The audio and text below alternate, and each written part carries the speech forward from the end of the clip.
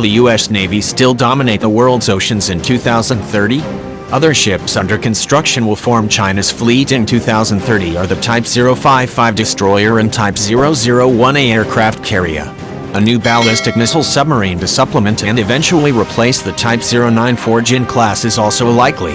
The 094 class is notoriously noisy underwater and not a particularly good place to put a fraction of China's 300 or so nuclear warheads. The most powerful navies in 2030 will be a reflection of the broader state of the world. Some countries are invested in preserving the current international order and see naval power as a means to maintain it. Other emerging countries are building navies commensurate with their newfound sense of status, often with an eye towards the eastward shift in naval power will continue in 2030, a product of both declining defense budgets in Europe and growing economies in Asia. While the most powerful navies of the Cold War were concentrated largely in Europe, by 2030 both China and India will be on the list, with Japan and South Korea as runners-up also fielding large, modern naval forces. Ship-wise, there are two classes that will define the most powerful navies: aircraft carriers and ballistic missile submarines. Aircraft carriers reflect the need to maintain a global, or even regional, power projection capability. Ballistic missile submarines reflect a maturation and diversification of a country's nuclear arsenal, with an eye toward maintaining a second strike capability in case of surprise attack. More than any other type, those two will define naval power in the early to mid-21st century. The United States, the dominant naval power worldwide in 1945, will continue to dominate the seas 85 years later. By 2030 the Navy will be halfway through its 30-year shipbuilding plan and have built 3 Gerald R. Ford-class aircraft carriers to begin replacing existing Nimitz-class carriers. Amphibious ship numbers should be slightly higher than current numbers, and the first ship in class to replace the Ohio ballistic missile submarines should enter service in 2031. In surface combatants, all 3 Zumwalt-class cruisers will be in service assuming the program remains fully funded, and the Navy will have built 33 more Arleigh-class destroyers. A next-generation version of the littoral combat ship will enter production in 2030.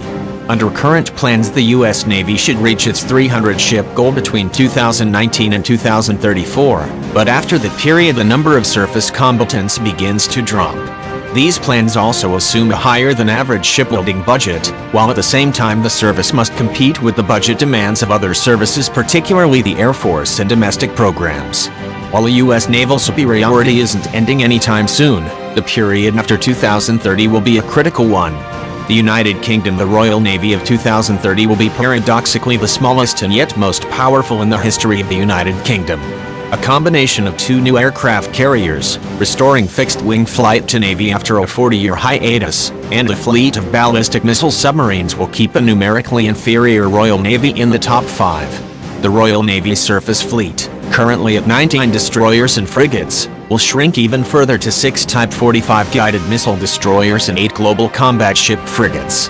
The number of nuclear-powered attack submarines will remain constant at 7. The Royal Navy is responsible for the UK's nuclear deterrent and currently operates 4 Vanguard-class nuclear-powered ballistic missile submarines, each equipped with 16 launch tubes for Trident D5 missiles. The Vanguard class is expected to be replaced with the successor class starting in 2028. The UK's sea-based power projection capability will be in the form of the Queen Elizabeth class of aircraft carriers.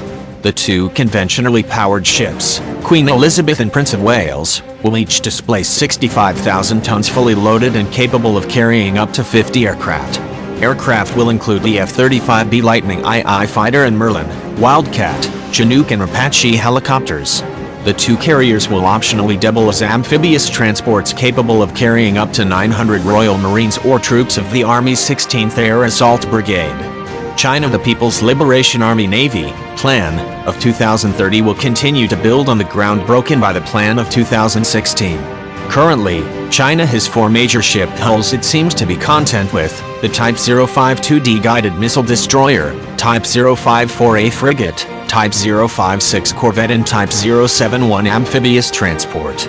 All 4 are mature designs in large-scale production that will form the bulk of the fleet in 2030. By one prediction, by 2030 the plan will have 99 submarines, 4 aircraft carriers, 102 destroyers and frigates, 26 corvettes, 73 amphibious ships and 111 missile craft, a whopping 415 ships in total, to approximately 309 in the U.S. Navy of 2030. This would put China in a solid position as the world's largest navy by number of ships, though not by total ship tonnage. Could China really reach 415 ships? Such a total would probably require twice as many submarines to be produced annually, a boost in destroyer production to achieve a net gain as older designs age out, and a huge increase in amphibious ships.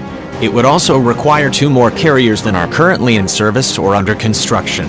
Reaching such a goal would require a substantial increase in the plan's budget at a time when the Chinese Communist Party is finally applying the brakes to defense budget increases. Other ships under construction will form China's fleet in 2030 are the Type 055 destroyer and Type 001A aircraft carrier. A new ballistic missile submarine to supplement and eventually replace the Type 094 Jin class is also likely. The 094 class is notoriously noisy underwater and not a particularly good place to put a fraction of China's 300 or so nuclear warheads. The Indian Navy will be the second, or third, if you count Russia, Asian Navy on this list. India has recently begun pouring enormous resources into its naval service, and as a result by 2030 could have one of the top 5 navies on the planet. Barring unforeseen naval developments in other countries, by 2030 India will have the second largest carrier fleet in the world, with 3 flat tops. If all goes according to plan, India should have 3 aircraft carriers, Vikramaditya, Vikrant and Vishal, together fielding a total of about 110-120 aircraft. India will also have at least 9 destroyers, including 2 guided missiles of the Kolkata class, 3 of the Delhi class, and 4 of the in-construction Visakhapatnam class. This is 1 less than what India has at present, and the number of hulls will have to increase if India is serious about protecting 3 aircraft carriers.